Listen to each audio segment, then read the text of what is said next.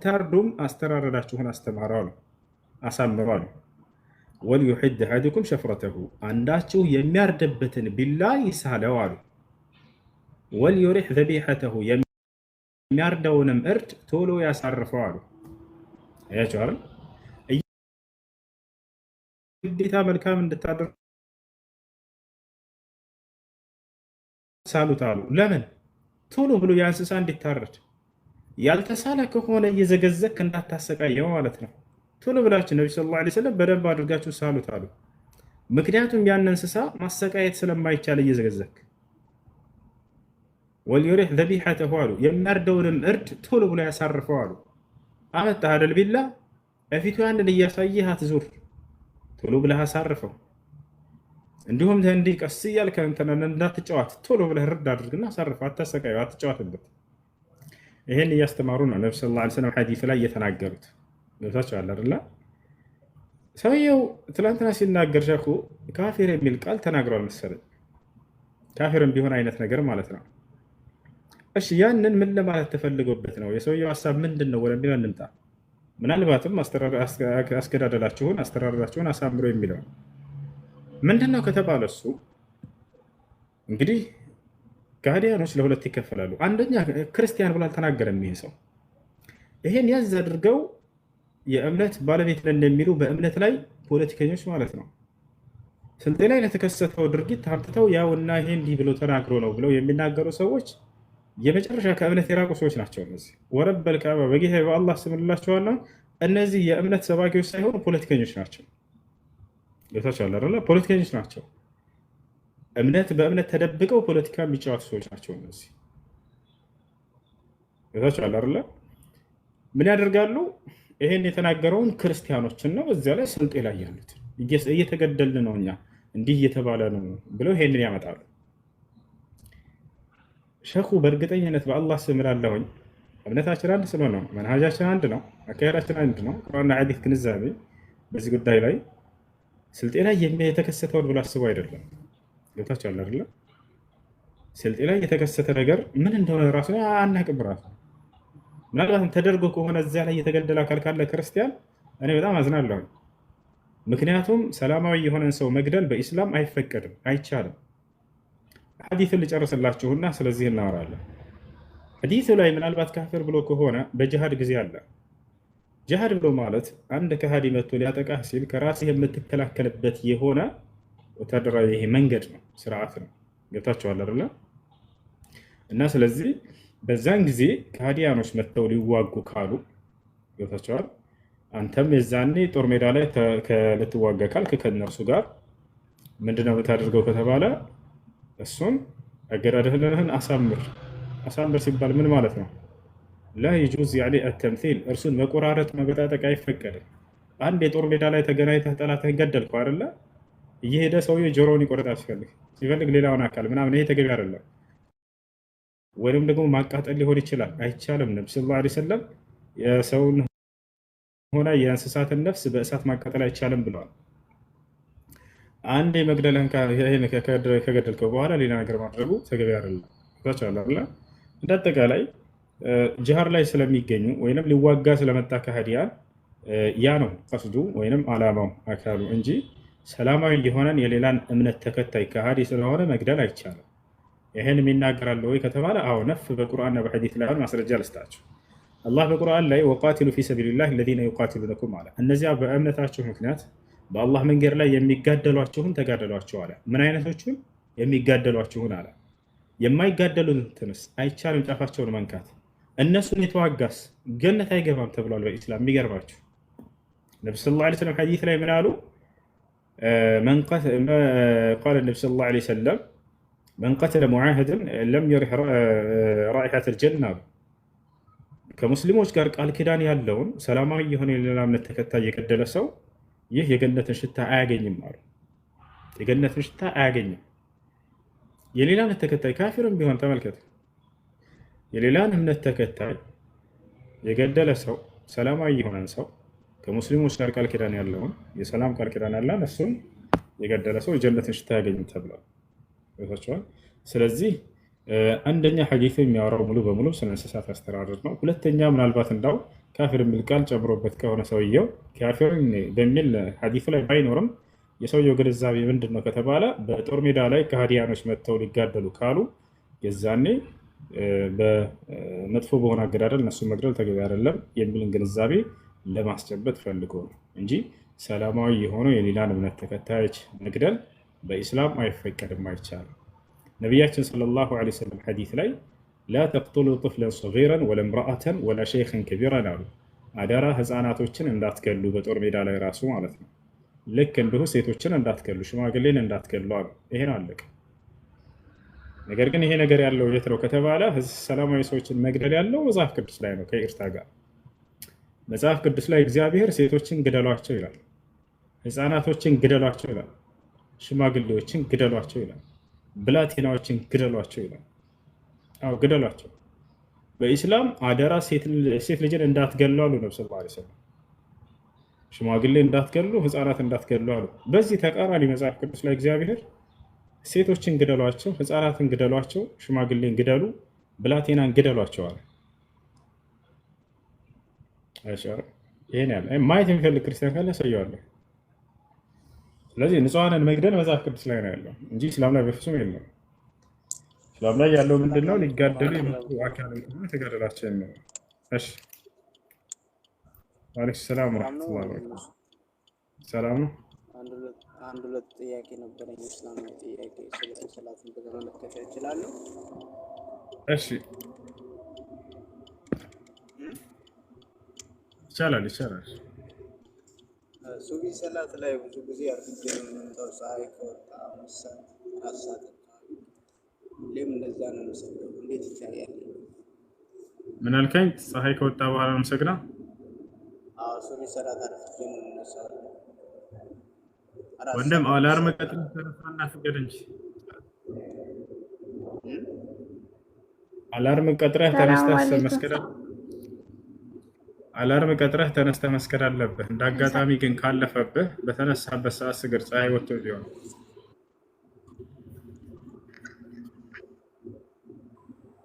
ሰላም አለይኩም።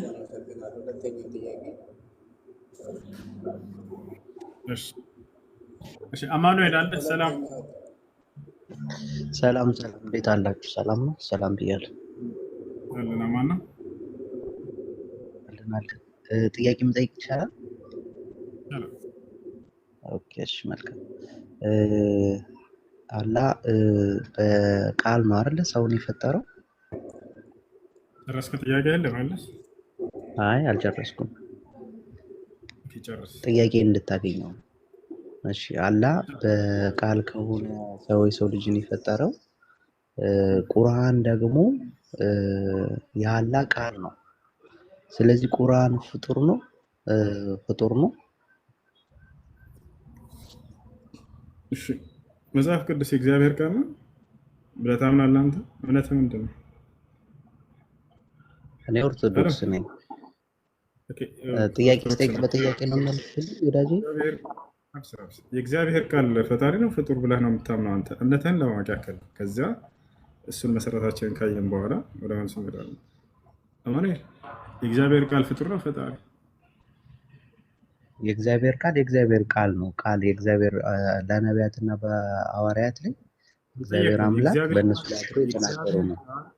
የእግዚአብሔር ቃል ፈጣሪ ነው ፍጡር? የእግዚአብሔር ቃል ነው እንጂ ፈጣሪ አይደለም። ፈጣሪ አይደለም። በሰው ላይ አድሮ እኮ ነው እንትን ያለው ራሱ እግዚአብሔር እኮ አይደለም የጻፈው። ስለዚህ ኢየሱስ ክርስቶስ የእግዚአብሔር ቃል ነው አይደል? የእግዚአብሔር ቃል ነው። ምንም እንትን የለውም። እስተፋሰት ነገር ያለበት የእግዚአብሔር ቃል ፈጣሪ አይደለም ብለኸኛል ቅድም። ኢየሱስ ክርስቶስ የእግዚአብሔር ቃል ነው። ኢየሱስ ክርስቶስ ፈጣሪ አይደለም ማለት ነው። ቆይ አይ እኔ በጣም እንትን የምትለው አሁን ጥያቄ ስትጠይቅ ወደ እንትን አድርገነው እሱ ልንገርህ ስማኝ። አሁን አንድ ተበላሽ አያችሁ ዛሬ ለእኔ ወጥመድ አዘጋጅተህ መጣ። ባዘጋጀው ወጥመድ መልስ አድርጌ ንቅ አያስኬድም። እንደዚህ ወጥመድ አይደለም ጥያቄ ነው የጠየቁት። ጌታ ምስክሬ ጌታን እኔ ስላልገባኝ ነው የጠየቅኩ እንጂ እኔ ምን ሲጀምር ምን ቃል የሚለውን በእስልምና እስኪያስረዳኝ በልና እናስረዳ፣ ችግር የለውም። እሺ ላስረዳ። አንተ ግን የመጣው ምንድነው? የሆነ ወጥመድ ሰርተህ ምናምን እንደዚህ ጥልፍልፍ አድርገሽ ለመሄድ ነበር። በራስ ወጥመድ ያስኩ የኔን ሀሳብ መጀመሪያ አገኝ። ቃል የሚለውን በኢስላም ላስረዳህ መረዳት ከሆነ የምትፈልገው ግን ጥያቄን አግኝተዋል አይደል? በደንብ አግኝቼውማ ያው አንተ በመጣህበት መንገድ ራስህን ያዝኩ። ኢየሱስ ክርስቶስ ፈጣሪ እንዳልሆነ አስመሰከርኩ እኮ በእጁ። እሺ ቀይ እኔን ስላልተረዳኝ እኮ ነው በመጀመሪያ ደረጃ ማለት ነው። የእግዚአብሔር ቃል ፈጣሪ አይደለም ማለት አይደለ?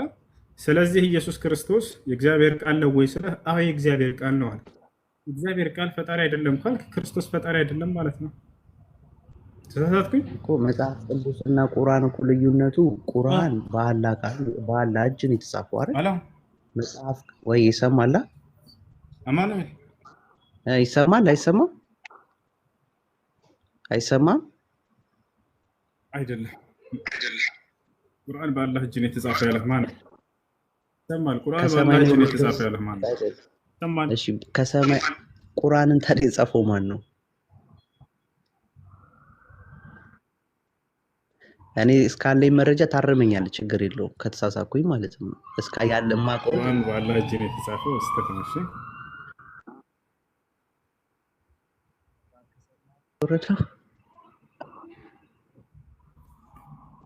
ልጆች ለምን ታባት አድርጉም? ከኔ ነው የሚቆራረጠው ከሱ ነው።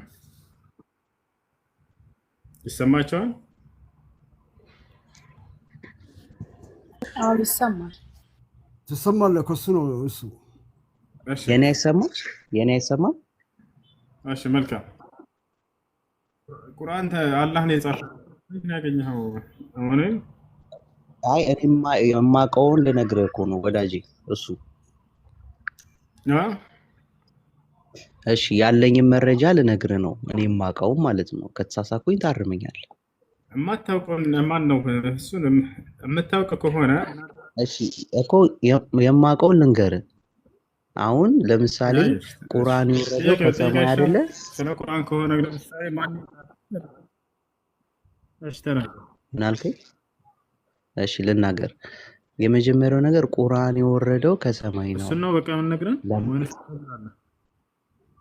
እኮ ቁርአን የወረደው ከሰማይ ነው። ስለዚህ አላህ ነው የጻፈው አይደል? አላህ ጽፎ ወደ ምድር ወረደ፣ ለነብዩ መሐመድ ወረደላቸው ቁርአን።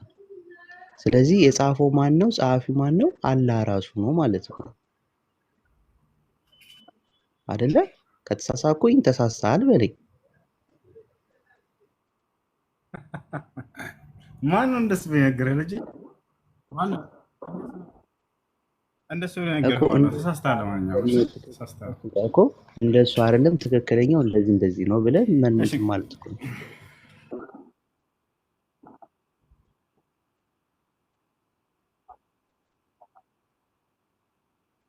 በቃ እሺ ላስረዳህ። አይደለም መጠየቅ እኮ ነው ያለብህ። የማታውቀውን ነገር ከመናገር መጠየቅ ይሻላል ይመስለኛል። ልጆች አንዴ ታብ አድርጉ እባካችሁ። ወደ ረበራለ ጭራሽ እየተቆራረጠ ነው ገስት ምናምን። እሺ ላስረዳህ። ስለ ቁርአን አመጣጥ ማወቅ ፈልገህ ነው? ልንገርህ አማኑኤል። እውቀት ጥሩ ነው ወዳጅ፣ ቀጥል። አማኑኤል ከኔ ነው የሚዘገየው ከሱ ነው? ልጆች ወይ አይሰማም ድምፅ? የኔ ድምፅ ይሰማል? እሱ ተናገር እያለ ነው፣ ንገረኝ እያለ ነው። ገብቷል። እኔ ስጠይቅ እዚህ ጋር የማያጡም ሰዎች ይማሩበታል ወዳጅ። ከኔ ነው የሚዘገየው ልጆች። ያኔ ኔትወርክ እሱ ያንተ ይሰማል ወንድማችን። ቆይ በቃ አንተ ሚዩት አድርገው። እሱ በቃ አንተ ንገረኝ እያለ ነው። እሱ ትሰማኛለህ? እሱ የኔ ይሰማል፣ የኔ ይሰማል አለ ወንድሞቼ፣ የኔ ይሰማል። አንዳንድ ይሰማል። ታፕታፕ ኦኬ፣ ታፕታፕ አድርጓ ወንድሞቼ፣ ናቶች በተለይ ታፕታፕ አድርጉ ፕሊዝ። ኮፕሊንግ እያደረጋችሁ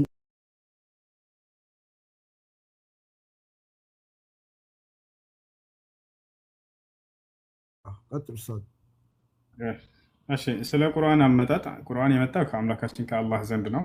ከአላህ ዘንድ ነው የመጣው ሲባል ጊዜ ብዙ ጊዜ ክርስቲያኖች የሚመስላቸው ምንድን መሰላችሁ?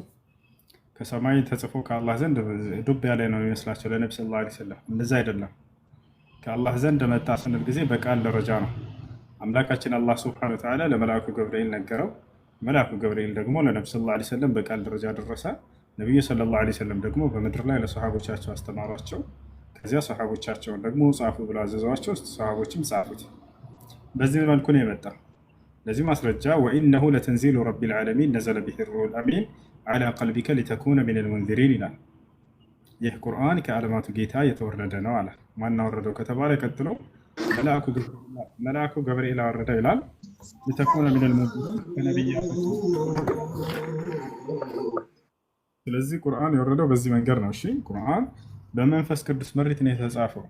ማስረጃ አለው ወይ በመንፈስ ቅዱስ ምሪት እንደተጻፈ? አዎ ቁል ነዘለሁ ሩሑል ቁዱስ ሚን ረቢከ ቢልሐቅ ይላል። ሙሐመድ ሆይ ይህን ቁርአን ከጌታችሁ ከእኔ ከአላህ ዘንድ በእውነት መንፈስ ቅዱስ አወረደላቸው እያለ ይናገራል። ቁርአን በመንፈስ ቅዱስ ምሪት የተጻፈ መለኮታዊ መጽሐፍ ነው። ገብታ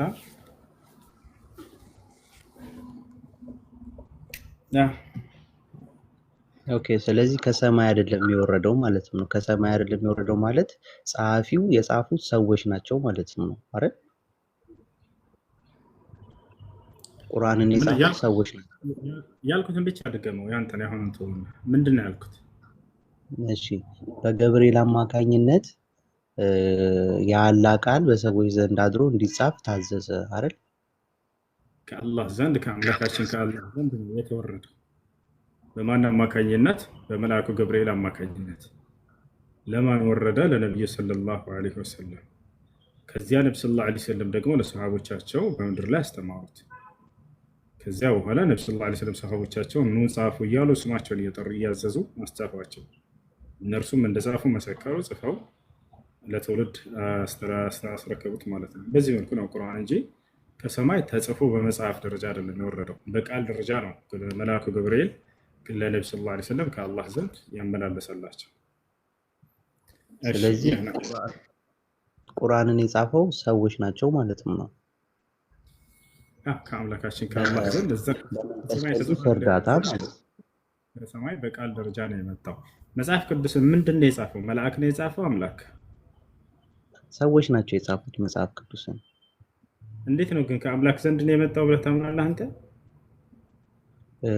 እግዚአብሔር አምላክ አሁን ለምልክ አንተ እንዳልከው ቁርአንን የጻፉት በመንፈስ ቅዱስ ምሪት ነው ብለኛል እና መጽሐፍ ቅዱስም ደግሞ የተጻፈው ደግሞ ከዘመን ወደ ዘመን ከዘመን ብዙ ነቢያቶችና ሐዋርያቶች ነበሩ። በዛ ሰዓት በነቢያቶችና በሐዋርያት ታንጻቸዋል ስለሚል እስትንፋሰ እግዚአብሔር ያለበት ያ የጻፉት መጽሐፍ ቅዱስ ላይ ነው። ስለዚህ እግዚአብሔር አምላክ መልእክትን ይናገራል። ለምሳሌ በራዕየ ዮሐንስ ላይ ስታይ ከሰባቱ አብያተ ክርስቲያን ላይ የተነገረው መልእክት አለ።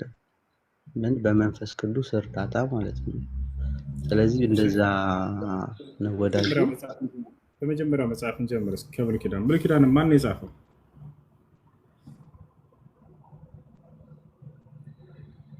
እሺ ብሉይ ኪዳን ኦሪት ዘፍጥረት ሙሴ ነው የጻፈው። ማስረጃ አለ? ሙሴ ስለመጻፉ ነው።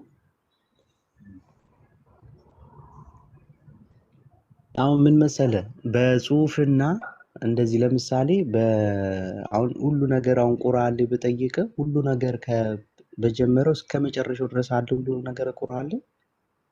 ማን የጻፈው ብትለኝ በጽሁፍና በጽሁፍ ማን የጻፈው ብትለኝ ከነ ጸሐፊዎቹ ከነ ህይወት ታሪካቸው ሙሉ ሰጣለሁ። አንተ ግን ማን እንደጻፈው ማስረጃት ነው። ኦሪት ዘፍጥረትን ነው ማን እንደጻፈው? ሁሉንም መጽሐፎች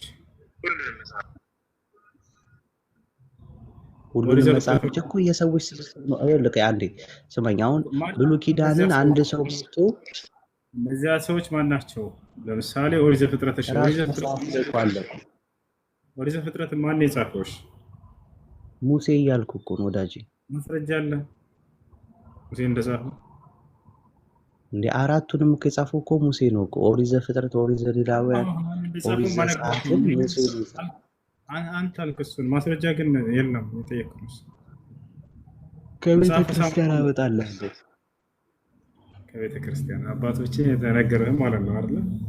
በዘመኑ እኔ ሙሴን ነኝ የጻፍኩት ብሎ ግን አልተናገረም አይደል? ቆይ እኔ ነኝ የጻፍኩት ቆይ ቆይ እኔ አሁን ጥያቄ ጠይቄ የጠየቁት ጥያቄ ራሱ በስነ ስርዓት አለና የመጀመሪያው ነው ጌታ ያለህ ነው ምንድን ነው ማስረጃ? ከቄሶች ነው እንጂ ያለህ ማስረጃ ሙሴን የጻፈው ብለህ የነገሩህን ሙሴ እኔ ነኝ የጻፍኩት አላለም። የቁርአን ጸሐፊዎች ግን እኔ ነኝ የጻፍኩት ብለው እንደተናገሩ ተፈልክ አሁን ያሳያለሁ።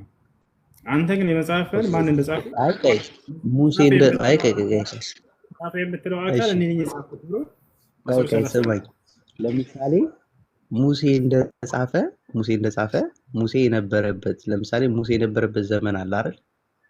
ሙሴ የነበረበት ዘመን አለ። በመንፈስ ቅዱስ ግን እርዳታ ምን ገና ፈጣሪ አምላክ ሰማይና ምድርን ፈጠረ እያለ ፈጣሪ አምላክ ለሙሴ በመንፈስ ቅዱስ እርዳታ ምን ያደርግ ያንን ነገር ጻፈው።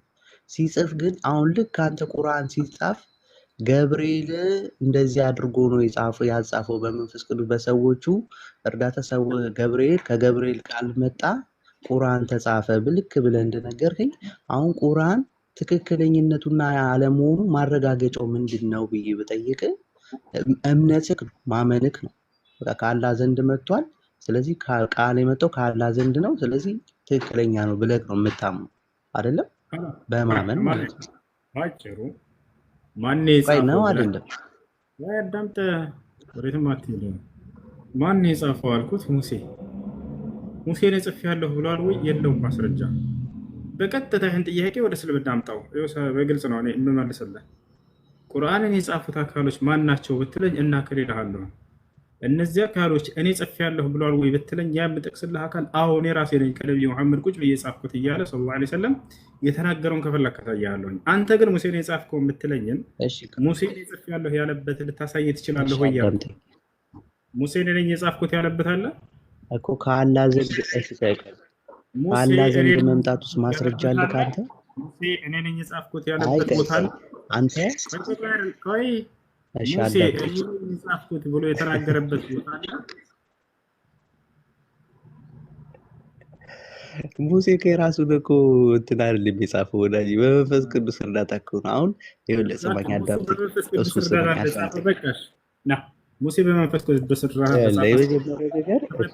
በመንፈስ ቅዱስ እንጂ ቆይ አዳምጠኛ አዳምጥ እኮ ሙሴ በመንፈስ ቅዱስ እርዳታ ነው የጻፍከው አልከን አይደል? አሁን ነው ተሳስቻለሁ። አሁን ልክ አንተ እንዳልከኝ ቁርአን የተጻፈው በመንፈስ ቅዱስ እርዳታ ነው ያለ አካል መጣላቸው ብለህ እንዳልከኝ ሙሴ በመንፈስ ቅዱስ እርዳታ ነው የጻፈው ብለሃል አላልክም? ሙሴ ሲጀምር በየትኛውም የእግዚአብሔር ቃል ቆይ ስማኝ አንዴ፣ የትኛውም የእግዚአብሔር ቃል እሺ፣ አሳየን። ትልቁ ላይ አሳየን ነው ማዳም ሳይሆን አሳየን። ያው እየጠበቅኩ ነው። ባይዘው እኔ ጥያቄ ጠየቄ በልሽ አንተ ህጣ በቃ ትለያለህ። ጌታ ጥያቄ ሳትመልስልኝ ወደ እኔ ጥያቄ መጣ። እኔ ተጠያቂ አደረገኝ። ልክ መመለስ ሲያቅታቸው ወጥመድ ውስጥ ሲገቡ ምን ይላሉ? እኔ እኮ ልጠይቅ ነው የመጣሁት ይላሉ። ጥያቄ እንደዚህ አይደለ። ተወያይና እየተሟገትክ ነው። ሰውን እምነት ስትሞግት ጊዜ ሐሰት እንደሆነ የአንተ እምነት ትክክለኛ መሆኑን ልታረጋግጥ እየሞከርክ ልክ ወጥመድ ውስጥ ሲገቡ ጊዜ እኔ እኮ ልጠይቅ ነው የመጣሁት ልጠይቅ አይደለም። ምክንያት የሚሉት ለምን እንደሆነ ታውቃላችሁ? ላነሱት ሙግት መልስ እንደሌላቸው ሲያውቁ ጊዜ ነው። ሙሴ ነኝ የጻፍኩት አላለ። የቱ ጋ ነው ያለው? ወፍ አይ ሙሴ በመንፈስ ቅዱስ ምሪት ነው የጻፈው አለ። የቱ ጋ ነው ሙሴ በመንፈስ ቅዱስ ምሪት እንደጻፈ ማስረጃ? ወፍ ማን የነገረህ እለዋለሁኝ? የቤተ ክርስቲያን አባቶች። ማስረጃ ምንድነው? የቤተ ክርስቲያን አባቶች። ልክ እኔ ዛሬ ስለ ነብዩ መሐመድ ትክክለኛነት ሰለላሁ ዐለይሂ ወሰለም ኡስታዝ ይነግሮኛል ብዬ ብናገር ማለት ነው። ኡስታዝ እንደዚህ ብሏል ስለ ነብዩ መሐመድ አልሰማም። ኡስታዝን የምሰማ አስተማሪን ሸኺን መቼ ነው ከተባለ በዚያ ዘመን የነበሩ የነብዩ ሰለላሁ ዐለይሂ ወሰለም እና የሱሐቦችን ትምህርት አምጥቶ ያውና ብሎ ካሳየ ብቻ ነው። ማንና ነው እሱ የምሰማው? ታቻለ። ለዚህ ነው አምላካችን አላህ ኢተኸዙ አሕባረሁም ወሩህባነሁም አርባበን ሚን ዱኒላህ። በዚህ መንገድ ነው የሚገርማቸው። ከመሲሁ በኋላ ተነስተው ጀምረው አባቶቻቸው የእነሱን ቃል መቀበል ግዴታ እንደሆነ ይነግሯቸዋል። ከዛ ያንን እንደ አምላክ ቃል አድርገው ነው የሚያዩት። አባቶቻችን እንዲህ ብለዋል፣ አለቀ በቃ። ያን ተቀባይነት አለው። ከአምላክ ቃል በምንም እንዳይለይ አድርገው ያንን እንዲቀበሉ ያደርጓቸዋል። ጌታቸዋል አላህ ነው። እሺ ከላይ ሰላም ታኦዶኮስ ነው የሚለው። ታኦዶኮስ ነው የሚለው። ታኦዶኮስ ሰላም ነው። እንዴት ነህ? ክርስቲያን ነህ? አዎ ክርስቲያን ነኝ። እሺ ጥያቄ አለ? አይደለም። አሁን ሙሴ ስለመጻፉ ምን አይነት ማስረጃ አላችሁ እያልከው ነበረ መሰለኝ ልጁን። እና ከመጽሐፍ ቅዱስ ማስረጃ ፈልገ ነው?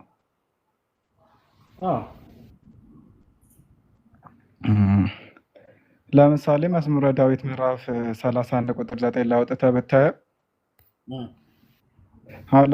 ኦሪት፣ በነገራችን ላይ ኦሪት ህግ መሆናቸውን ታውቃለህ። ኦሪት ዘፍጥረት፣ ኦሪት ዘጸአት ሙሉ ህግ መሆናቸው ግልጽ ነው። ጨርስ፣ ሀሳብህን እንዳላቋረጠህ ጨርስ። እሺ ፍሬውን እንድታወራ እኮ ህግጋት ናቸው መጽሐፉ። ህግን ስለመጻፉ ማስረጃ አምጣልኝ ያልከው መሰለ። ሀሳብህን አስቀምጥና ከዚያ በኋላ እንሰማሃለን። ቀጥል። እሺ ኦኬ። ኦሪትን ስለመጻፍ ወይም ህግን ስለመጻፍ የሚያሳይ ማስረጃ ከፈለክ ለምሳሌ ብዙ ሳልሄድ መዝሙረ ዳዊት ላይ ምዕራፍ 31 ቁጥር 9 ላይ ሙሴ ይህን ህግ ጻፈ ለካህናትም አሳልፎ ሰጠው ይላል። ቀላል ማስረጃ ከፈለክ ማለት ነው። ሙሴ ህግጋትን ስለመጻፉ ዳዊት ተናግሮልናል። ዳዊት አንዱ አባታችን ነው በዛን ጊዜ የነበረው። ዳዊት ሙሴ ህግን ስለመጻፉ ማስረጃ ሰጥቶናል። ጨረስክ? ሌላ ማስረጃም ከፈለክ እጨምርልሃለሁ፣ ግን ጨርሻለሁ። ወደ ሌላ ሳትሄድ በፊት ጨረስከው እያልኩህ ነው። እሺ ጨረስኩ። የልጁ ሀሳብ ምን ነበር? ቢያንስ አላዳመጥከውም፣ ከኛ ጋር አይደለህም ነበር ማለት ነው።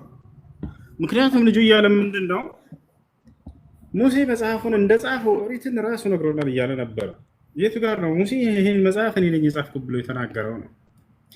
ችግር የለውም በመጽሐፍ ቅዱስም ላይ አይሁን በሌላ ቦታ የሚናገር ሙሴ ችግር የለውም። በራሱ የተናገረበት ካለ ኦሪትን የጻፍኩት እኔ ነኝ ብሎ የተናገረበት ይህን ጥያቄ ወደኛ ቢመጣ ለምሳሌ ቁርአንን የጻፉት ማን ነው ብሎ ጠየቀኝ። ገብቶሃል አይደለ? ቁርአንን የጻፉት ሰሃቦች ናቸው ብዬ ተናገርኩት። ከአምላክ ዘንድ መልአኩ ገብርኤል አመጣው ለነቢዩ መሐመድ ሰለላሁ ዐለይሂ ወሰለም ሰጠ። ከዛ ነብዩ ሰለላሁ ዐለይሂ ወሰለም ደግሞ በዘመናቸው ላሉ ደቀ መዛሙርት ወይም ሰሃቦች እነሱን ጻፉ አሏቸው። ቀጥታ ጻፉ እንዳሏቸውም ሁላ እናሳያችኋለን። ያ የጻፉትም አካሎች እኔ ነኝ የጻፍኩት እንዳሉ እናሳያችኋለን።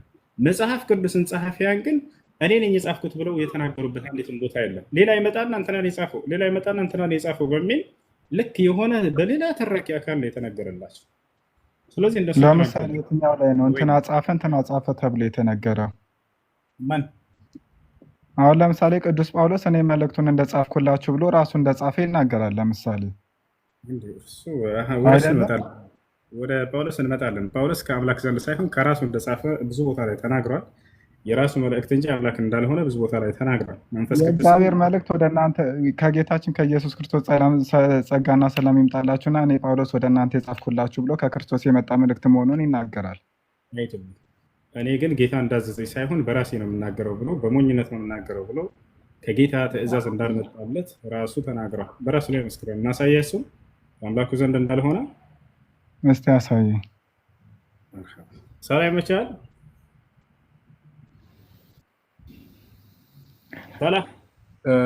ይመቸኛል። ኔትወርክ ግን ጥሩ አይደለም። ብዙ ዋይፋይ ቀይር። ቆይ ሰላም አለይኩም። ሰላም ወራህመቱላሂ ወበረካቱ።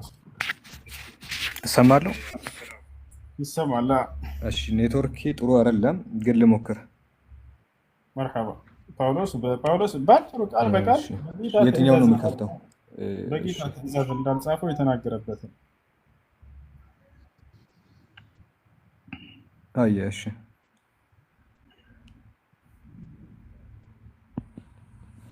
ካሜራው ይታያል? ሁለተኛ ቆሮንቶስ ምዕራፍ 11 ቁጥር 7 ላይ ወጣ። ክፈተው። አልከፈትከውም? ገና ነው። አልተከፈተም? ከፍቼው ነበር።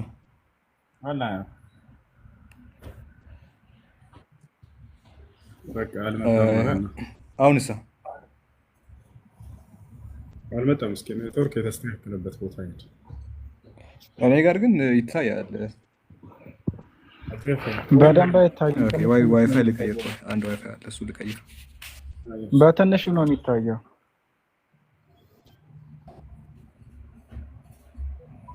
ያን አስገባው እዚህ ጋር ይናገራል። ላሳያለሁ። ይታያል። ያው ምን ይላል? እንደዚህ ታምኜ ስመካ የምናገረው በሞኝነት እንጂ ጌታ እንዳዘዘኝ አልናገርም አለ። ያ ሰላም። ማን እንዳዘዘኝ? ጌታ እንዳዘዘኝ አልናገርም አለ።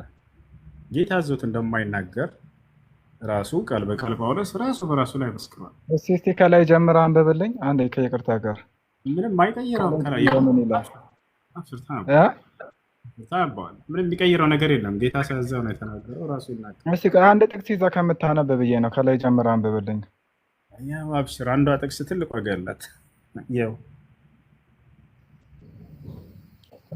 እንደገና ለማነሰማኛ ክሬም ስለለዘገ እኔ ደግሞ ጥቂት ነገር እንኳን ተቀበልኩ እንደዚህ ታምሽ ነገር በምን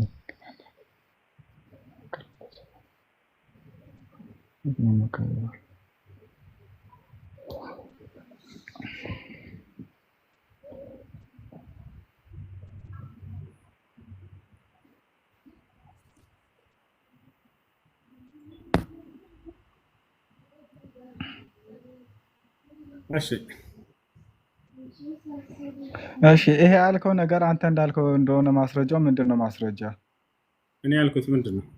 ጌታ እንዳዘዘው አይናገርም ነው። ያው ቃል በቃል ነው ያመጣሁልህ። እኛ ሙስሊሞች ስንናገር ጊዜ ቃል በቃል የተጻፈ ነገር ብቻ ነው የምናመጣላቸው። አይደለም። የመጀመሪያ አባቶች አንተ እንዳልከው እንደፈቱት ምን ያክል ማስረጃ አለ ነው ያልኩ። ምን ብለው ነው የፈቱት? ያው ቃል በቃል ነው የማመጣልህ። የምን ፍች ነው? ራሱ ጳውሎስ የራሱ ንግግር ቃል በቃል ምን አለ? ጌታ እንዳዘዘኝ አልናገርም ማለት። ጌታ እንዳዘዘኝ አልናገርም። እኔም ያልኩህ ይሄን ነበር። በአምላክ ትእዛዝ አይደለም ጳውሎስ የጻፈው። ጳውሎስን ለማስረጃ ማቅረብ በጣም ትልቅ የሚያሳፍር ነገር ነው። ራሱን የሚያሳፍራቸው ምን አለ? እኔ ጌታ እንዳዘዘ አልተናገርኩም አለ። በቃ خلاص። ሌላ በርካታ ጥቅስ ልጨምርልህ እችላለሁ። ይሄን ግን ጌታ ሳይሆን እኔ ነኝ ያልኩት ይላል በመጽሐፍ ቅዱስ ላይ። እሱን ያለበት ምክንያት አለው። ምክንያት ያለው አለው ብለህ ወደ ላይ ከፍ ብለህ እስኪ አንብብልኝ አልክ። ምንም አዲስ ነገር ተባል አልቻልክም። እዚህ ብቻ አይደለም የሚገርምህ፣ ጳውሎስ መንፈስ ቅዱስ አለበት ነው ያልከው ቅድም ነው። ተሳስቼ ነው። ከጌታ መልእክት እንደሆነ ሰላም ይብዛላችሁ ይላል። ከጌታ ከኢየሱስ ክርስቶስ ሰላም በእናንተ ይሁን ይላል። ጳውሎስ በመንፈስ ቅዱስ ምሪት ነው የጻፍከው ነው ያልከው ቅድም መጽሐፍ ቅዱስ ነው። በመንፈስ ቅዱስ ምሪት ነው ጳውሎስ እኔ መንፈስ ቅዱስ በእኔ ላይ ያለ ይመስለኛል ብሎ እንደተናገረ ታውቃለህ። እና መንፈስ ቅዱስ በሱ ላይ ያለ እንደሆነ ካወቀ እንዴት እንደዛ ብሎ አይናገርም? አላለማ ያለ ይመስለኛል ነው ያለው። እርግጠኛ እንኳን አይደለም። እንዳውም በእርግጠኝነት ያለው ምን እንደሆነ ሲናገር የሰይጣን መልእክተኛ እንዳለው ተናግሯል። ቴዎዶክስ አቤት ይሰማል። እና እሱ ነው አሁን እስኪ ጳውሎስ ከአምላክ ዘንድ የተቀበለውን ቃል ነው የጻፈልን ብሏል። ይሄ ልጅ እንግዲህ ጌታ ሳያዘው እንደጻፈ ጳውሎስ። ለዚህ ነው አምላካችን አላህ እኔ ሳላዛቸው በራሳቸው ጊዜ ጽፈው የአምላክ ቃል ነው ብለው ሰዎችን የሸወዱ ሰዎችን ወየውላቸው እያለ ይናገራል። ረብል ከዕባ አንደኛው ይሄን አካል ነው። ፈወይሉ ለለዚነ የክቱቡነ አልኪታበ ቢአይዲሂም አምላካችን አላህ ክርስቲያኖች ሆነ በስተቀር ወየውላቸው ለነዚያ መጽሐፍን በራሳቸው ጽፈው ከአምላክ ዘንድ የመጣው ብለው ትውልድን ለሸወዱ ሰዎች ወየውላቸው እያለ ይናገራል። የመጽሐፉ ባለቤቶች ጳውሎስ በራሱ ላይ ይሄን መሰከረ። ምን አለ? እኔ ጌታ እንዳዘዘኝ አይደለም የተናገርኩት አለ። ታዲያስ በሞኝነት ነው የጻፍኩት አለ። ይህ ብቻ አይደለም። ጳውሎስ የጻፈውን መልእክት ከአምላክ ዘንድ የመጣ ራእይ ነው ብለው ክርስቲያኖች ያምናሉ። አንዴ አነስ ሮሜ የመጨረሻውን ምዕራፍ 16 ከቁጥር 1 ጀምሮ እስኪ ያስነብብልን።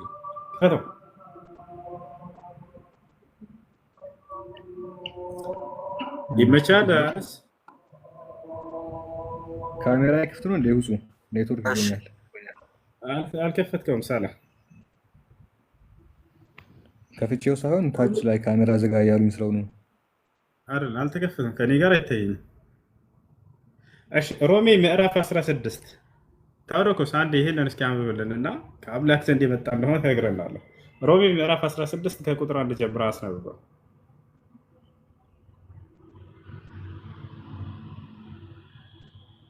ሮሜ የመጨረሻው ምዕራፍ አይዋ። እስኪ ከአምላክ ዘንድ የመጣ ቃል ነው ጳውሎስ ላይ የጻፈው። እስኪ አንብብልን አንዴ ታወደኩስ በደንብ ቀጥ አድርጋ አቁሙ ካሜራውን።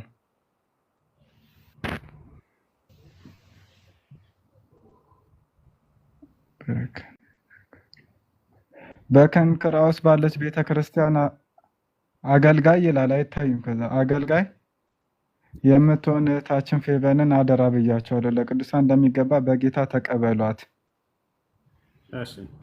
እርሷ ለብዙዎች ለእኔም ለራሴ ደጋፊ ነበረችና ከእናንተም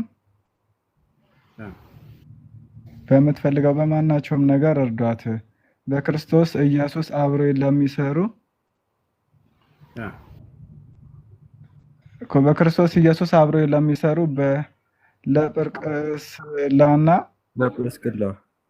ለጵርስቅላና ለአቂላ ሰላምታ አቅርቡልኝ ይላል።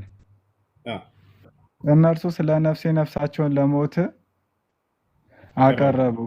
የአሕዛብም አብያተ ክርስቲያናት ሁሉ የሚያመሰግኗቸው ናቸው እንጂ እኔ ብቻ አይደለሁም አለ። በቤታቸው ላለች ቤተ ክርስቲያንም ሰላምታ አቅርቡልኝ። ከእስያ ለክርስቶስ ጳውሎስ እንዳለ ለጓደኞቹ ሰላምታ ደብዳቤ እየላከ ነው። ይሄን አሁን አምላክ ነው ለጳውሎስ ያወረደለት። በማን በኩል ነው ያለው? በኢየሱስ ክርስቶስ እኮ ብሎ ጠቅሶለታል እኮ። በማን በኩል ነው ሳይሆን አዳምጠኛ እንዴ። አምላክ ለጳውሎስ ይሄንን ለትውልድ አድርስ ጻፍ ብሎ አዞት ነው ወይንስ ጳውሎስ ለነዚህ በአገልግሎት ላይ አብሮ ለተሳተፉት ሰዎች የሰላምታ ደብዳቤ እየላከላቸው ነው? እስኪ መልስ። ለክርስቶስ ኢየሱስ ሲሉ ከእሱ ጋር አብረውት ለተጋደሉ በሙሉ ሰላምታን እያቀረበ ነው ያለው ቅዱስ ጳውሎስ። ማነው ይሄን እየተናገረ ያለው? ቅዱስ ጳውሎስ እኮ። ስለዚህ የጳውሎስ ትምህርት ነው ማለት ነው መጽሐፍ ቅዱስ እንጂ ከአምላክ ዘንድ የመጣ እኮ። በኢየሱስ ክርስቶስ በኩል የጳውሎስ ያስተማራቸው መልእክት ለእሱ ሲል የተጋደሉትን በሙሉ ለእነሱ ሰላምታ እንዲያቀርቡለት እየተናገረ ነው ያለው እዚህ ጋር። ስለዚህ ጳውሎስ ነው ይህን ደብዳቤ እየጻፈ ያለው እንጂ ሰላም እንዲሉለት በዚህ በአገልግሎት አብረው ለሰሩ ሰዎች ለእንትና ሰላም በሉልኝ፣ ሌላ ቦታ ደግሞ ጃኬት ተራደራ አቀብለኝ፣ እዛ ያረሳሁት ዕቃ አለኝ እያለ ሁሉ ይናገራል። ይሄን እየተናገረ ያለው አምላክ ነው ወይንስ ጳውሎስ ነው? ጳውሎስ ነው እየተናገረ ያለው አይደለ እኮ። ለክርስቶስ መጋደላቸውን ጳውሎስ እየተናገረ ነው ያለው። በጣም ጥሩ። ስለዚህ የአምላክ ቃል አይደለም የጳውሎስ ቃል ነው ማለት ነው። ለክርስቶስ መጋደላቸውን የጳውሎስ ቃል ያስባለው። እሻልነህ እኮ ለክርስቶስ ስለ ክርስቶስ ነው ቢጽፈው እልበልልህ፣ በቃ ችግር የለውም። ማን ነው ይሄን ግን ተናጋሪው? አምላክ ነው እየተናገረ ያለው ሰላም በሉልኝ እንትና እያለ ያለው እግዚአብሔር ነው ወይንስ ጳውሎስ ነው? በአገልግሎት ላይ አብረውኝ የሰሩ ሰዎች እንደዛ ከሆነ እያልክ ያለው እኮ ነብዩ መሐመድ የተናገረው የአላህ ቃል ሳይሆን ነብዩ ራሱን የተናገረው እያልከን ነው ያለው። እሱ እንወጣለን ትጠይቀኛለህ፣ ችግር የለውም። ይሄን ግን ጨርስ አንዴ። እዚህ ሰላም በሉልኝ እያለ እየተናገረ ያለው ማን ነው? ቅዱስ ጳውሎስ ነው። በጣም ጥሩ። ስለዚህ የጳውሎስ ትምህርት ነው መጽሐፍ ቅዱስ። በጣም ያሳዝናል። መጀመሪያ ግን ምን ነበር ያለን? ከአምላክ ዘንድ በክርስቶስ በኩል የመጣ የቅዱስ ጳውሎስ ትምህርት ነው። ለክርስቶስ ስለተጋደሉለት ሰላምታን አቅርቡ ማለቱ ምንድን ነው? የጳውሎስ ትምህርት ያስባለው ነው። ወንጌሉ ክርስቶስ ነው። ጥያቄው ይሄን ተናጋሪው ማን ነው? ኢየሱስ ክርስቶስ ነው ወይንስ እግዚአብሔር ነው ወይንስ ጳውሎስ ነው? በጳውሎስ በኩል እግዚአብሔር እየተናገረበት ነው። ሰላምታ መሰጣት ለዛውም የተቀደሰ ሰላምታ ተሰጣጡ ተብሏል። በእነዚህ በአገልግሎት ላይ አብረው እየሰሩ ሰዎችን ሰላም በሉልኝ የሚለው እግዚአብሔር ነው። አብረው ሲያገለግሉት የነበሩ እግዚአብሔርን እነማን ናቸው? እግዚአብሔርን እያገለገሉት ስለነበረ ጳውሎስ በእነሱ አማካኝነት ደስተኛ ስለሆነ ሰላምታን ስጡልኝ ብሎ ሰላምታን አሰጠ። ይሄ ሰላምታ አቅርቡልኝ እያለ እየተናገረ ያለው ማን ነው? ጳውሎስ ነው አይደለ? ጳውሎስ ነው። ግን በክርስቶስ ኢየሱስ ስለተጋደሉለት ስለ ክርስቶስ የተጋደሉትን ነው እንደዛ እያላቸው ያለው። እሱን እኮ ተቀበልነህ። እሺ፣ በክርስቶስ በኩል አብረውት ስለተጋደሉ አብረውት ስለሰሩ እሱ ይሄን ደብዳቤ መጽሐፍ እየጻፈላቸው ነው። የሰላምታ ደብዳቤ ማለት ነው። እስከ መጨረሻው ብታየው ወደ 20 ምናምን ሰዎችን ከዛ በላይ ስማቸውን እየጠራ እንትናን ሰላም በሉልኝ፣ እንትናን ሰላም በሉልኝ፣ መጨረሻ ላይ እንደገና ጃኬቴን አደራ እዛ ረስቻለሁኝ አቀብሉኝ እያለ ይናገራል። እንዴት ነው ሰው ከአምላክ ዘንድ የመጣ ቃል ተብሎ ጃኬቴን አቀብሉኝ እያለ ይናገራል?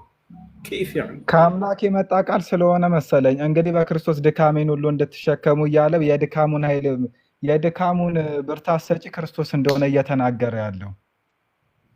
እባክህን ሰላም በሉልኝ የሚለው ወይ እግዚአብሔር ነው ወይንስ ጳውሎስ ነው? እነዚህን አካል ሰላም በሉልኝ ሄዳችሁ በአገልግሎቴ ላይ አብረውኝ የሰሩ ሰዎችን የሚለው ማን ነው? እሱማ ቅዱስ ጳውሎስ ነው አልኩህ እኮ። ለ5ኛ ለ6ኛ ጊዜ ጠየቀኝ።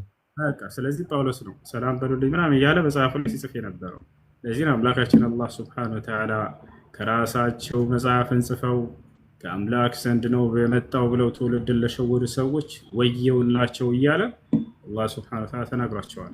እሺ ጳውሎስ የሰይጣን መልእክተኛ እንዳለ ታውቃለህ አይደለ? ታውቁስ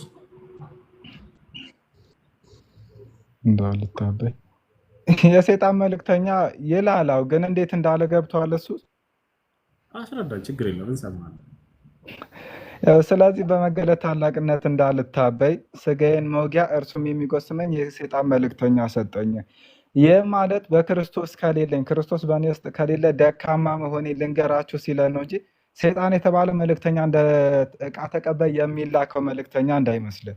በስጋዬ ክርስቶስ ከሌለብኝ ደካማ ነኝ እና ደካማ መሆኔን ደግሞ ያሳውቀኝ ዘንድ ክርስቶስ ከሌለ በእኔ ውስጥ ደካማ መሆኔን ያሳውቀኝ ዘንድ የሚጎስመኝ ወይም ትንሽ ወጋ የሚያደርገኝን ሰይጣንን ሰጠኝ ነው እያለ ያለው እኮ። ስለዚህ የሰይጣን መልእክተኛ ይላል ቃል በቃል። መልእክተኛው ማን ነው? ለጳውሎስ የተሰጠው ሰይጣን ነው አይደል? ምን የሚያደርገው መልእክተኛ ነው የተሰጠው? ወደ እሱ እንመጣለን። የተሰጠው መልእክተኛ ማለት ነው ማለት ነው። ታውረኩስ መልእክተኛማ ተላኪ ማለት ነው። ከማን ዘንድ ነው ይሄ የተላከለት? ያ ሰላም፣ ለጳውሎስ የተላከለት የሰይጣን መልእክተኛ ከማን ዘንድ ነው? ከእግዚአብሔር ዘንድ። ምን የሚያደርገው ነው ግን? ስለዚህ እግዚአብሔር ሰይጣንን ይልካል ማለት ነው በእነ ጳውሎስ ላይ።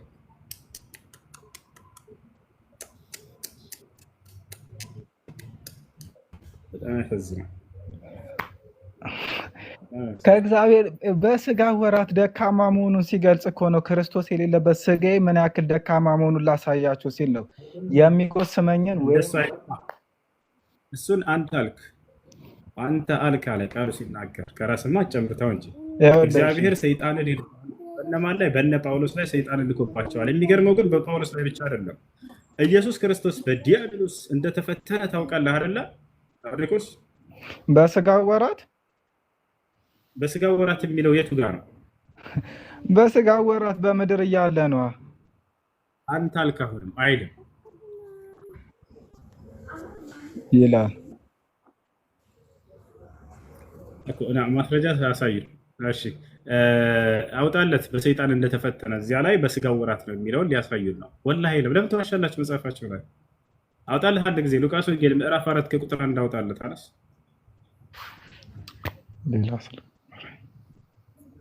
ሉቃስ ወንጌል ምዕራፍ 4 ከቁጥር 1 ጀምሮ አውጣለት። በስጋ ወራት ነው ይላሉ። እስክታወጣ ድረስ አንዴ ሁሱ ሰማለሁ። ይሰማል። አንዴ ላስቸግራችሁ። 1800 ሰዎች አካውንቴ ሻዶ ባን ስር ነው ያለው። ቪዲዮ እየታየ አይደለም። ሰሞኑን ክርስቲያኖች አንድ ቪዲዮ ቆርጦ እያሰራጩ ስለሆነ ለዛ ቪዲዮ መልስ ሰጥተናል። ሁላችሁም ገብታችሁ ኮፒ ሊንክ አድርጉልኝ። 1800 ሰዎች ሙስሊሞች ሄዳችሁ በእኔ አካውንት ውስጥ ገብታችሁ የመጨረሻውን ቪዲዮ ምን ታረጋላችሁ? ኮፒ ሊንክ ታረጋላችሁ። ከሁሉም ደግሞ ሪፖስት ታረጋላችሁ። እሺ የእነሱ ቪዲዮ በደንብ ስለታየ መልሱም ደግሞ መሰራጨት አለበት። ስለዚህ ሁላችሁም ገብታችሁ ኮፒ ሊንክ አድርጉ። ባረከላሁ ፊኩም። እሺ ቀጥሉ። ሉቃስ ወንጌል እንክፈትለት። አነስ እሱ ይቅርታ አንዴ ስለምቸኩል ነው። በመሀል አንድ ጥያቄ ልጠይቅ። እሱ ቁርአን ፍጹም ነው ብለህ ታስባለህ? ፍጹም ነው ትላለህ? አይ ቆይ መልስልኝና እዚሁ ላይ ሌላ ጥያቄ ልጨምርልህ። ጨርሽና ከዚያ መልስልሻለሁ። አብሽሪ ጊዜ ሰጥቼሻለሁ። ማለት ፍጹም ነው ካልከኝ በአራት ሰዎች መካከል እንደተጻፈ ማለት አራት ስልክ አላህን ጨምሬ ነው አራት ያደረኩት። አላህ ላከ ለጅብሪል፣ ጅብሪል ለመሐመድ ነገረው፣ መሐመድ ደግሞ ለሌላ ሰው ነገረው፣ ሌላ ሰው ነው የጻፈው አይደለም? በእነዚህ አራት ሰዎች መካከል ተጽፎ እንዲህ ስህተት አልባ ነው ወይ ትላለህ? የተጨመረ የተቀነሰ ነገር ይኖራል ብለህ ታስባለህ ወይስ ፍጹም ነው ብለህ ታስባለህ? የተነገረው ቃል በትክክል ወደ ጸሐፊው ወርዷል ብለህ ታስባለህ? እንዴት? እውነታዊ ራእይ የሚመጣው ከአምላክ ዘንድ ነው። አመጣጡ ነው እኮ ይኸውልህ፣ ነብይ አሁን መሐመድ ነብይ ነው። ሜቢ እሱ ላይሳሳት ይችላል። ማነው ጅብሪል ይቅርታ የኔ አዳምጥ። እሺ መለኮታዊ ራእይ የሚመጣው ከአምላክ ዘንድ እንደሆነ ታውቂያለሽ አይደለ? የኔ ቤትሽናሹ መለኮታዊ ራእይ ከአምላክ ዘንድ ይመጣል። አዎ መሐመድ ራሱ ነብይ አይደለም? ለምንድን ነው አላህ ቀጥታ ለመሐመድ ያልነገረው? ለነዚህ ማለት ለመሐመድ ነግሮት መሐመድ ራሱ ለምን ለሌላ ሰው አስተላለፈሽ? ማለት አሁን እሺ ጅብሪል ትክክለኛ መልአክ ማለት ትክክለኛ መልአክ እንደሆነ እንዴት ነው የምናውቀው? አሁን እዚህ ጋር በጣም ግራ ያጋባል። ገባ ጥያቄ ቀየርሽው እኮ ጅብሪል ትክክለኛ መልአክ እንደሆነ እንዴት እናውቃለን? አናውቅም። ከሱ በፊት ስለ ቁርአን አመጣጥ ጠይቀሽ ነበር አይደለ? እሱን ጨርሽ። አዎ ማለት አንድ ላይ መልስልኝ እነዚህን ማያይዘ መልሻለሁ። አዳምጪሽ። ለምንድን ነው ነብዩ ሙሐመድን ሰለላሁ ዐለይሂ ወሰለም አላህ በቀጥታ ላይ ያላናገራቸው ለሚለው ቃል በቃል ነብዩ ሰለላሁ ዐለይሂ ወሰለም አናግሯቸዋል። አንደኛ እሱ ነው። ሁለተኛ መለኮታዊ ራእይ በመልአኩ ገብርኤል እንደሚመጣ ታውቃላችሁ። ቢያንስ የመጽሐፍ ሰዎች ናቸው። መጽሐፍ የሌለው ሰው ይሄንን ቢጠይቅ ችግር የለውም። መጽሐፉ ላይ ስለሌለ መጽሐፍም ስለሌለ መጽሐፋችሁ ላይ አለ ከአምላክ ዘንድ ወደ ነቢያት ቅዱስ ገብርኤል እንደሚመጣ ወደ ነቢዩ ሰለላሁ ዐለይሂ ወሰለም መልአኩ ገብርኤል ይመጣ ነበር። እንዴ ገብርኤል ጅብሪል ነው ብለን እናምንማ። አውሱዬ አትቀላቅላ ማለት አሁንኛ ገብርኤል ይለያሉ። ውሱን ማን ነው ጅብሪልን ትክክለኛ ነው ብለን እናምንም ማለት ለዛ እኮ ነው ይሄ ጅብሪል የሚባለው አካል ገብርኤል አይደለም ብዬ ነው እኔ የማስበው። እሱ ከሆነ እስኪ ገብርኤል ማን ነው? ጅብሪል ምንድን ነው? መቼም አንድ አይነት እንዳልሆኑ ያመንሽው ስለነሱ ሁለቱም ማንነት ስላወቅሽ ነው። ገብርኤል ማን ነው? ጅብሪል ማን ነው? እስኪ ንገሪኝ። ለማ እኛ መልአክ ነው። ጅብሪል ግን ያው በቃ መልእክተኛ መልአክ ነው ገብርኤል። በጣም ጥሩ። ለጌታ የሚታዘዝ መልአክ ማለት ነው። ጅብሪልስ ምንድን ነው ተብሎ ተገልጿል? እንደ እኔ ጅብሪልና ምን እንደሆነ አላውቅም። እኔ ምክንያቱም ይለያሉ የምትይው ትልቅ ሰው አይደላችሁ? ቢያንስ ቆም ብላችሁ አስቡ እንጂ ለምትናገሩ ንግግር አንድ ሰው ይሄ አካል ይለያያል ሲል ጊዜ ስለ ሁለቱም ያወቀ መሆን አለበት። ታውቂያለሽ ወይ ስልሽ አላውቀውም ጅብሪልን አልሽ። ገብርኤልስ ምንድን ነው ስልሽ መልአክ ነው መልእክተኛ ነው አልሽ። ጅብሪልን እኔ መልአክም መልእክተኛም እንደሆነ ቃል በቃል ላሳይሽ። ቃል በቃል ራሱ ገብርኤል የተናገረበትን እኔ ገብርኤል ነኝ፣ እኔ ወደ አንተ ወደ ሙሐመድ የተላኩልህ መልእክተኛ ነኝ። ያ ሙሐመድ ኢነከ ለረሱሉላሂ ሐቃ፣ ሙሐመድ ሆይ አነ ጅብሪል እኔ ገብርኤል ነኝ ይላቸዋል። ቃል በቃል ስሙ። ወአንተ ረሱሉላሂ ሐቃ፣ አንተ ደግሞ በእውነት የተመረክ የአምላክ መልእክተኛ ነህ ይላቸዋል። አላህ ቃል በቃል መልአኩ ገብርኤልን መልእክተኛ እያለ ይጠራዋል። አላሁ የስጠፊ ሚነል መላኢከቲ ሩሱለን ወሚነን ናስ፣ እኔ ከመላእክቶች መልእክተኛን መርጫለሁ ይላል። የተመረጠው መልአክ ማን ነው? መልአኩ ገብርኤል። ወጣችኋል አይደል? ተላኪ መልአክ እንደሆነ አላህ ሱብሓነሁ ወተዓላ ቃል በቃል የሚልከው መልአክ እንደሆነ ይገልጸዋል። ለማርያም በላከው ጊዜ መርየም ዓለይሃ ሰላም ፈአርሰልና ብሎ ገለጸው። ላኩት እያለ መልእክተኛ መሆኑን ይገልጻል። ስለዚህ ጅብሪል ዓለይሂ ሰላም የአምላክ መልእክተኛ መልአክ እንደሆነ ቃል በቃል ተቀምጧል። ምንድን ነው ሌላ እኮ ለምንድን ነው ታዲያ አላህ ለገብርኤል መንገር ያስፈለገው? ቀጥታ ለመሐመድ አይነግርም? ቀጥታ ደግሞ መሐመድ አይጽፍም ነበረ? እሺ በቃ ለምትስልሻለሁ ለገብርኤል ማለት እያንዳንዱን አሁን ገባ ሊሳሳቱ ይችላሉ። እያንዳንዱን ወርድ ተናግረው እያንዳንዱን መልእክት ተናግረው አስበዋል። ቁርአን ምን ያህል ትልቅ መጽሐፍ እንደሆነ ሁላችንም እናውቃለን አይደለ? ይሄን ሁሉ መልእክት ቃል በቃል እንዴት ነው ሲነግርስ የነበረው? እየተመላለሰ ነው? በአንዴ ነው ወይስ እንዴት ነው? እሺ አሁን ላስረዳሽ። ግራ ያጋባል በጣም። በቃ ላስረዳሽ። በቃ አዳምጪ። ጠይቀሽ መልሱን እስካላገኛቸው ድረስ እስካልሰማቸው ድረስ ግራ ያጋባል። ምናልባትም የነገራቸው ነገር ካለ ያም ግራ ያጋባል። መልሱን ደግሞ ከባለቤቶቹ አዳምጪ። ለመሆኑ ነቢዩ ሙሐመድ ሰለላሁ ዐለይሂ ወሰለም መለኮታዊ ራእይ የሚመጣላቸው በስንት መንገድ ነው? በአምስት መንገድ ይመጣላቸዋል በጥቂቱ። አንደኛ የመጀመሪያው ጥያቄዋ መልስ ነው። እሱ ምንድን ነው? ለምንድን ነው አምላክ በቀጥታ ሙሐመድን ያላናገረው ሰለላሁ ዐለይሂ ወሰለም የሚል ነው። አናግሯቸዋል። አምላክ አላህ ሱብሓነሁ ወተዓላ ቃል በቃል ነቢዩ ሙሐመድን ሰለላሁ ዐለይሂ ወሰለም ሙሐመድ ሆይ እያለ አናግሯቸዋል። እንደሱ አይደለም። መጽሐፉን ለምንድን ነው ለሳቸው አልነገረው ነው ያልኩት። እባክሽ አዳምጪ፣ ቀስ በይ። ለምንድን ነው ለራሱ መጀመሪያ ያላናገረው እያልሽ አልነበረ እንዴ? ልጨርስልሽ እኮ መጽሐፉን የመጽሐፉን መልእክት ለምን ለሳቸው አልነግሮት እሳቸው ደግሞ ለምን አልጻፉ? በስንት መንገድ ነው ከአምላክ ዘንድ መለኮታዊ ራእይ የሚመጣው ለነብያት? ታውቂያለሽ? እሱ ያኔ ሰማሻል? ቤትሽን አንሺው። ከአምላክ ዘንድ ለነብያት መለኮታዊ ራእይ ለምሳሌ በእኛ መጽሐፍ ቅዱስ ሲጻፍ ቀጥታ አምላክ ይገለጽና በመንፈስ ቅዱስ ለጸሐፊው ነው መልእክቱ የሚነገረው። ጸሐፊው ይጽፋል። አምላክ ጋር ሁለት አካላት ብቻ ናቸው። ገባ? እሺ እንጂ ገብርኤል መጥቶ እንደዚህ በቅብብሎሽ አይደለም የተጻፈ። በቅብብሎሽ የሚጻፍ ነገር ደግሞ ሕጸጽ ሊኖርበት ይችላል፣ ስህተት ሊኖርበት ይችላል። ምንም ማስረጃ ቅብብሎሽ የለም። ሁለቱ አካላት በቀጥታ እሺ ተገናኝተው ነው የተጻፉ መጽሐፍ ቅዱስ። ረጋያልሽ ከአምላክ ዘንድ በቀጥታ ጭራሽ ትልቁ ላይ ያረከኝ አምላክና ነቢያት በቀጥታ ተገናኝተው እንደ ጻፉ መጽሐፉን ማስረጃሽ ምንድን ነው? ክፈች እስኪ አሳይ። ማስረጃማ ምን ግልጽ እኮ ነው። ምንም ማስረጃ ማስረጃ አስፈልጉም። ይሄ በቃ ግልጽ ማስረጃ ነው እኮ። ተረጋጊ እንጂ ግልጽ የሆነ ማስረጃ ነገር ምንም ማስረጃ አስፈልገውም። በምን ቋንቋ ነው ብንግባባው? በእውቀት ቋንቋ እንግባባ። ያው ማስረጃ ያስፈልገውም ግልጽ ነው እያለች ነው ሴትዮዋ። አዎ ያስኬዳል ማለት እንደዚህ? በቅብብሎሽ አይደለም የተጻፈው። ማስረጃሽ እሺ በቅብብሎሽ እንዳልተጻፈ ምንድን ነው? እ ወንድም አለም እንዴት ልንገርክ? አይሄርም ይሄ ነው። አሁን የጠየቅኩህን ብቻ መልስልኝ። እኔ ለመጠየቅ አልገባውም በእውነት። እሺ ደስ ከሆነ በቅብብሎሽ እንደተጻፈ ማስረጃ እንስጣት። ሁሱ መጽሐፍ ቅዱስ አሳየሽ አንድ ያሳይሽ። በቅብብሎሽ እንደተጻፈ ትልቁ ላይ ሁን አነስ 4 ሰዎች ናቸው ያሉት፣ እንደው 5 ናቸው። 2 አይደል ያላችሁ? 5 ነው 6 ቅብብሎሽ እናሳያት። አነስን ትልቁ ላይ አድርጉት አድሚኖች። ዮሐንስ ራእይ 1:1 ተመልከቱ፣ በደንብ አዳምጪ። የዮሐንስ ራእይ ሲጻፍ ቅብብሎሹ 4 ነው። ቶሎ ይሆን ዘንድ የሚገባውን ነገር ለባሪያዎቹ ያሳይ ዘንድ እግዚአብሔር ለኢየሱስ አንድ ክርስቶስ በእርሱም የተገለጠው ይህ ነው። ኢየሱስም በመልአኩ ልኮ ለባሪያው ለዮሐንስ አመለከተ ይላል። ከዛ ዮሐንስ ጻፈው። እግዚአብሔር ለማን?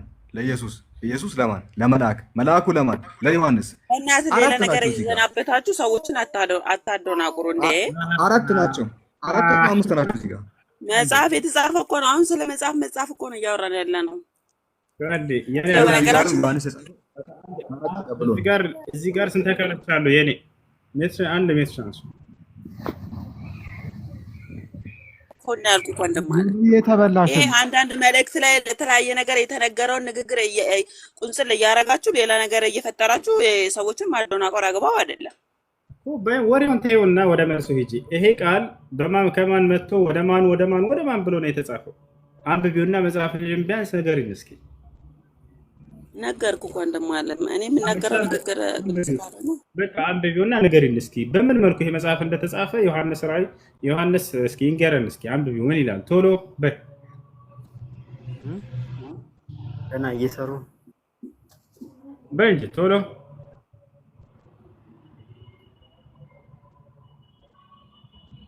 በይ።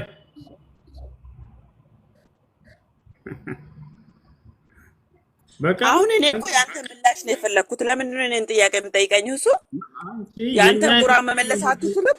ግዴታ የሆነ ነገር ስትጠይቁ ሮጣችሁ መጽሐፍ ቅዱስም እኮ እንደዚህ ነው የኛ። እሺ እንደዛ ከሆነ እናንተም እንደዛ መሆን አለበት። ያልገባኝ ነገር አላለምኛ። ተራሩጣችሁ መጽሐፍ ቅዱስም እኮ እንደዚህ ነው ለምንድን ነው የምትሉት? መጽሐፍሽ ለምን አልሻል? ተራሩጥና የራስን እኔ ጠየቅኩህን መልስ። ተራሩጠ መጽሐፍ ቅዱስም እኮ እንደዚህ ነው አትበል። ለምንድን ነው እንትን የምትለው? ወላሂ የቀደሙም ልጅ ልክ እንደዚህ ሆኖ ነው የወጣው። መጨረሻ ላይ እምነታቸው ትክክል እንደሆነ በእምነታቸው እምነታችንን ለመመዘን ይሞክሩና ስህተት እንደሆነ ሲረዱ ጊዜ እኛ እኮ ልንጠይቅ ነው የመጣ ነው ራሳቸው እንጀራቸው አትመልሱም እንደሚል ይሄዳሉ። እንደዚህ የሚለው ማን ነው ከተባለ ሊጠይቅ የመጣ ሰው ነው። የዛን ያዳምጣል፣ ሰውዬ ይመለስለታል። ከዛ አይ ያልገባኝም ማስረጃ ይሄ ትክክል አይደለም ብሎ መሟገት ይችላል። ወታች አለ አይደል? ነገር ግን እምነታችሁ ትክክል እንደሆነ ልታስረዱ ከመጣችሁ ጀመረች ራሷ። የቀደሙም ልጅ እምነቱ ትክክል እንደሆነ ለማስረዳት ሞከረ። አያችሁት አይደል?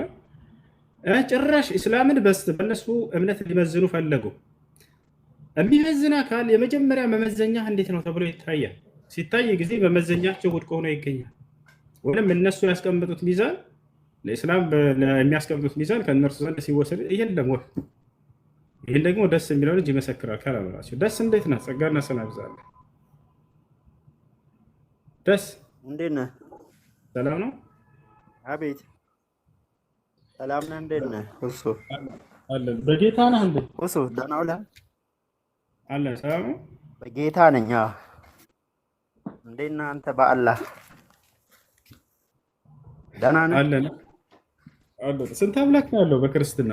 ይሰማል? እሱ ስንት አምላክ ነው ያለው በክርስትና? ደስ በክርስትና አንድም ሶስትም።